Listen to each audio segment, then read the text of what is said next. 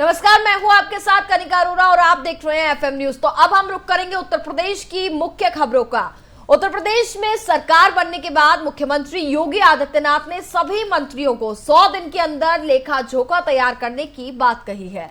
साथ ही मंत्रिमंडल में शामिल मंत्रियों की जिम्मेदारी भी दी गई है कि अपने अपने विभाग में काम कीजिए और 100 दिन के अंदर एक रोड मैप भी तैयार किया जाए। जनता की समस्याओं को सुनिए और अपने अपने विभागों में जनता के लिए काम कीजिए। वहीं योगी सरकार में जनपद गाजियाबाद के रहने वाले नरेंद्र कश्यप को स्वतंत्र प्रभार राज्य मंत्री बनाया गया है। उन्हें पिछड़ा वर्ग कल्याण और दिव्यांगजन सशक्तिकरण की जिम्मेदारी भी दी गई है। साथ ही नरेंद्र कश्यप की बात करें तो उन्होंने कहा कि बीजेपी एक बार फिर सत्ता में आई है। योगी सरकार ने अपने पिछले कार्यकाल में बेहतरीन काम किया है। एक बार फिर बीजेपी को जनता के अनुरूप कार्य करना है।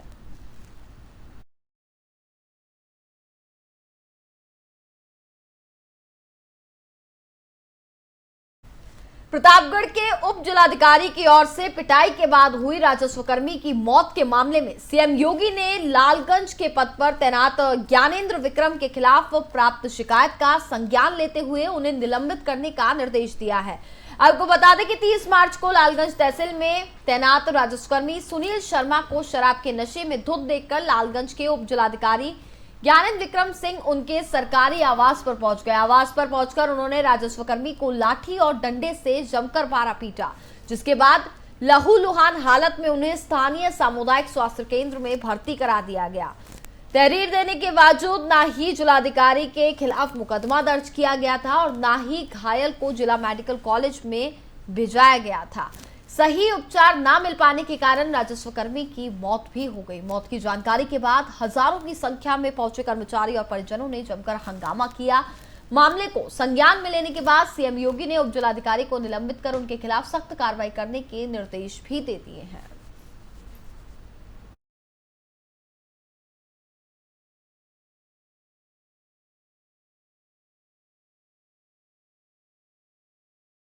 उत्तराखंड में सरकार का जो रुख है वो काफी ज्यादा सख्त नजर आ रहा है। सीएम योगी आदित्यनाथ ने जिलाधिकारी को फिलहाल निलंबित कर दिया है और उसके बाद उनके खिलाफ सख्त कार्रवाई करने के निर्देश भी दिए हैं। इस पूरे मामले पर सीएम योगी आदित्यनाथ बेहद सख्त नजर आ रहे हैं।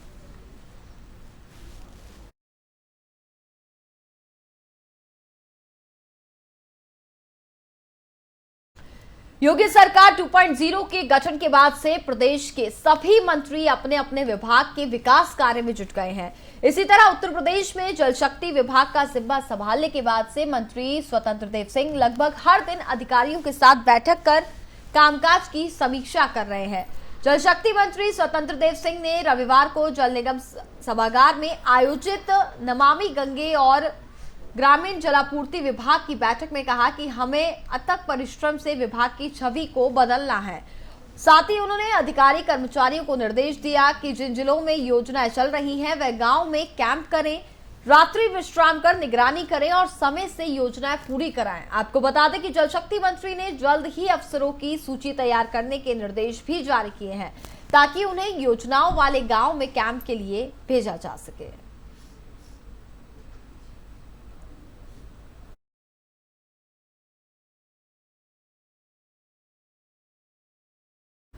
झांसी में हर साल की तरह इस साल भी श्री राम के उत्सव पर विशाल शोभा यात्रा का आयोजन किया जा रहा है।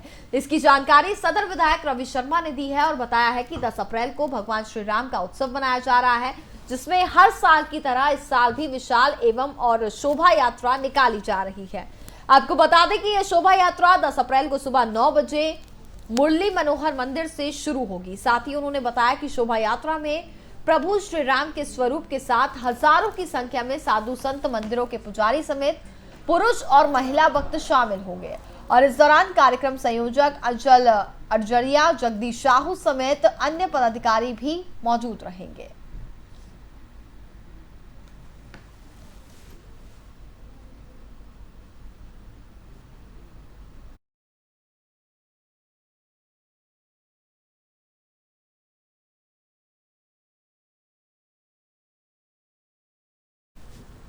तो विशाल शोभा यात्रा का जो आयोजन है वो किया जाएगा। बता दें कि 10 अप्रैल को ये यात्रा निकाली जाएगी, जिसको लेकर के खास तैयारियां की जा रही हैं। झांसी से जानकारी मिल रही है, जहां पर विशाल शोभा यात्रा का आयोजन किया जाएगा और 10 अप्रैल को ये यात्रा निकाली जाएगी।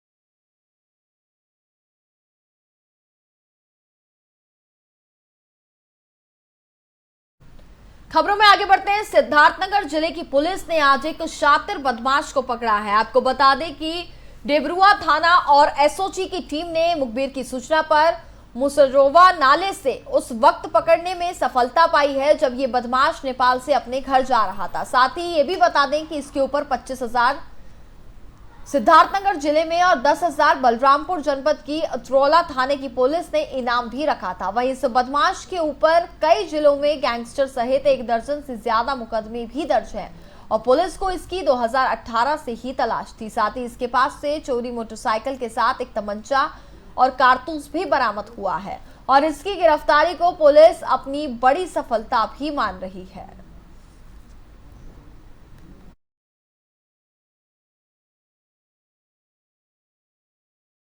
पूरे मामले में बात करें तो पुलिस को बड़ी सफलता हाथ लगी है। बताया जा रहा है कि इसकी तलाश 2018 से ही की जा रही थी।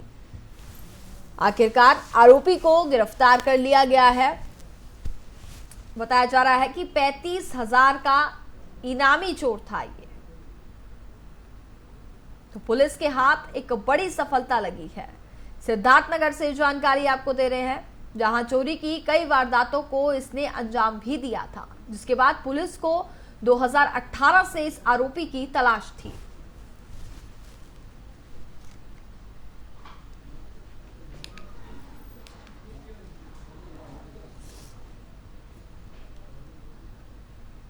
$35,000 का इनामी चोर की गिरफ्तारी कर ली गई है।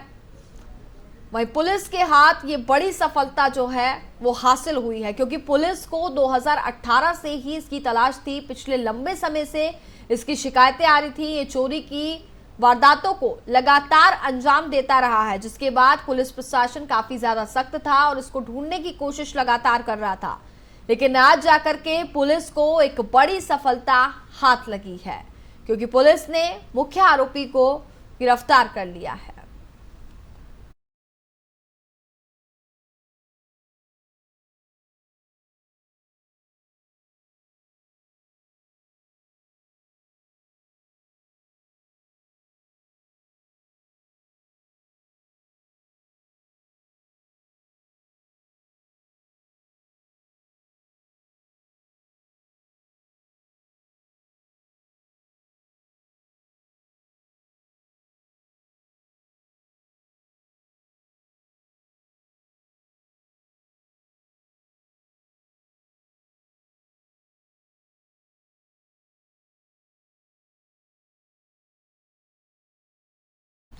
खबरों में आगे बढ़ते हैं। उत्तर प्रदेश सरकार स्कूल चलो अभियान की शुरुआत हो चुकी है। इस अभियान के तहत बच्चों को स्कूल जाने के लिए जागरूक किया जाएगा। सीएम योगी आदित्यनाथ ने आज श्रावस्ती से अभियान की शुरुआत की है। सीएम योगी ने सभी को संबोधित भी किया। इस दौरान मुख्यमंत्री ने क्या कुछ कहा, सबसे पहले आपको सुनाते हैं।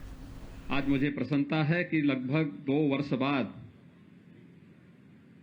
कोरोना जैसी महामारी पर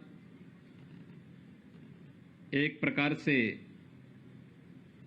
प्रभावी अंकुश तात्कालिक दृष्टि से लगाने के बाद हम लोग फिर से स्कूल चलो अभियान के इस कार्यक्रम के साथ जुड़ रहे हैं। मैं इस अवसर पर सभी प्रदेश की अपनी इस भावी पीढ़ी नौनिहाल बच्चों का हृदय से स्वागत करता हूं। उन सब का मैं स्कूल चलो अभियान के अवसर पर हृदय से मैं उनका अभिनंदन भी करता हूं। हम सब ने विगत 2 वर्ष इस सदी की सबसे बड़ी महामारी कोरोना का सामना करते हुए व्यतीत किए। कोरोना में देश के अंदर प्रधानमंत्री मोदी जी के नेतृत्व में जान भी और जहान भी बचाने का भरपूर प्रयास किया गया। हर एक व्यक्ति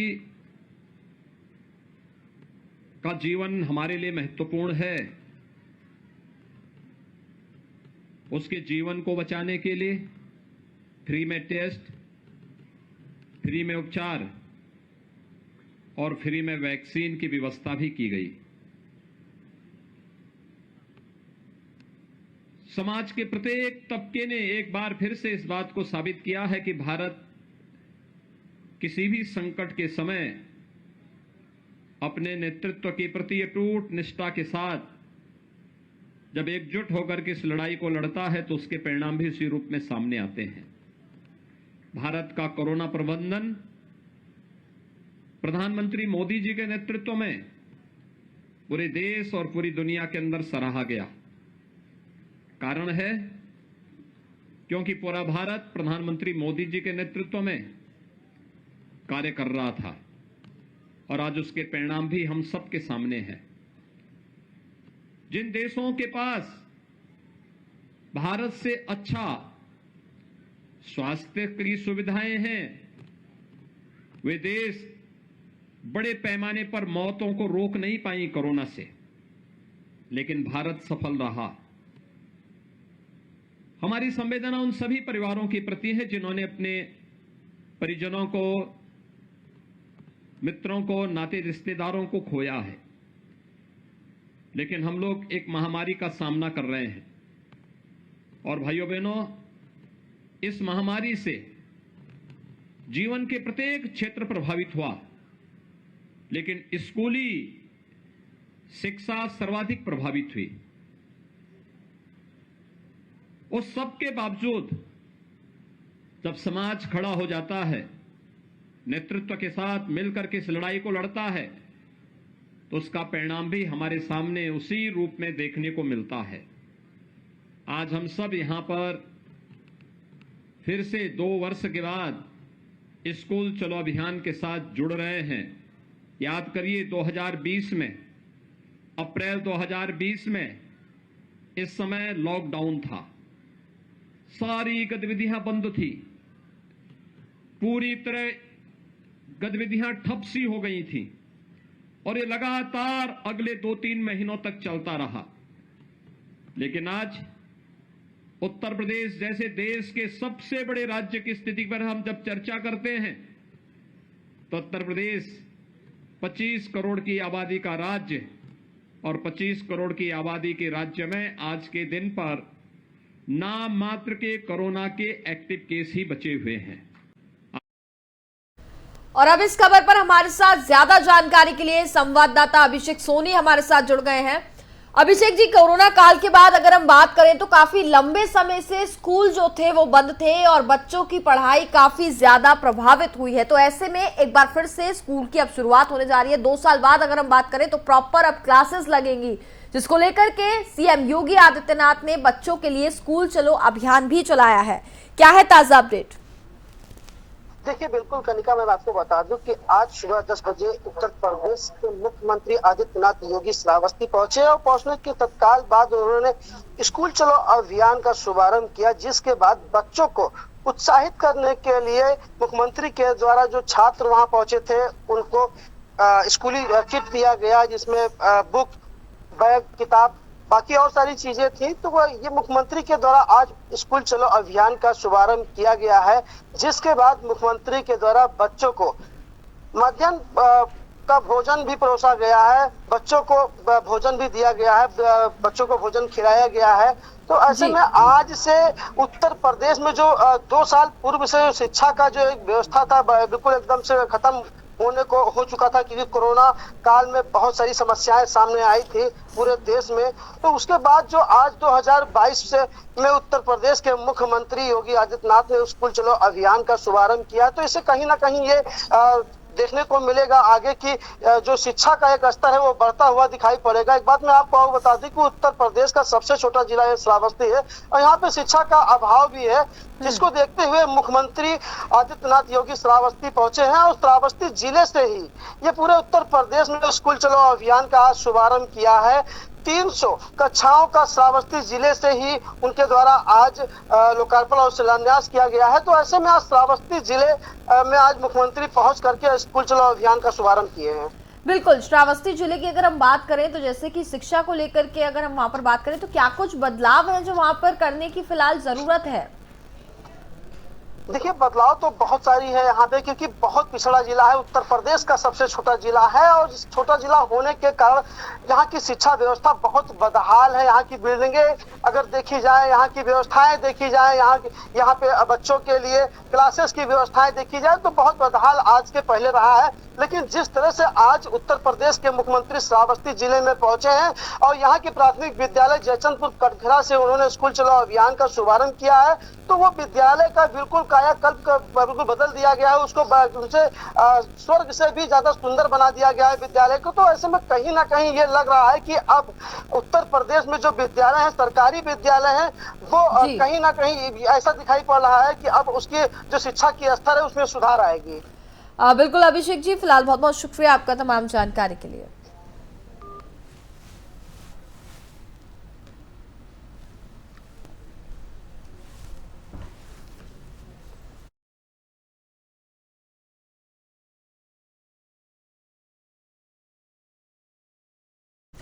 खबरों में आगे बढ़ते हैं। सहारनपुर में जहर खाकर आत्महत्या करने का एक मामला सामने आया है। खबरों के मुताबिक फोटो ऑनलाइन पोस्ट होने के बाद एक युवती ने जहर खाकर कथित तौर पर आत्महत्या कर लिया और एक सुसाइड नोट भी पीछे छोड़ दिया है। घटना की जानकारी मिलने के बाद पुलिस ने इस मामले में मुख्य आरोपी समेत 4 लोगों को गिरफ्तार कर लिया है। पुलिस अधीक्षक अतुल शर्मा ने बताया कि बेहट थाना क्षेत्र के गांव की रहने वाली एक युवती की जहर खाने के कारण मौत हो गई। उन्होंने आगे ये भी जानकारी दी कि युवती के परिवार ने एक सुसाइड नोट भी दिखाया जिसमें 2 युवकों पर फोटो ऑनलाइन पोस्ट करने का आरोप लगाया गया। सुसाइड नोट के आधार पर पुलिस ने आरोपियों के खिलाफ मुकदमा दर्ज कर जांच भी शुरू कर दी है। पुलिस अधीक्षक अतुल शर्मा ने बताया कि मामले में 4 आरोपियों को गिरफ्तार भी कर दिया गया है।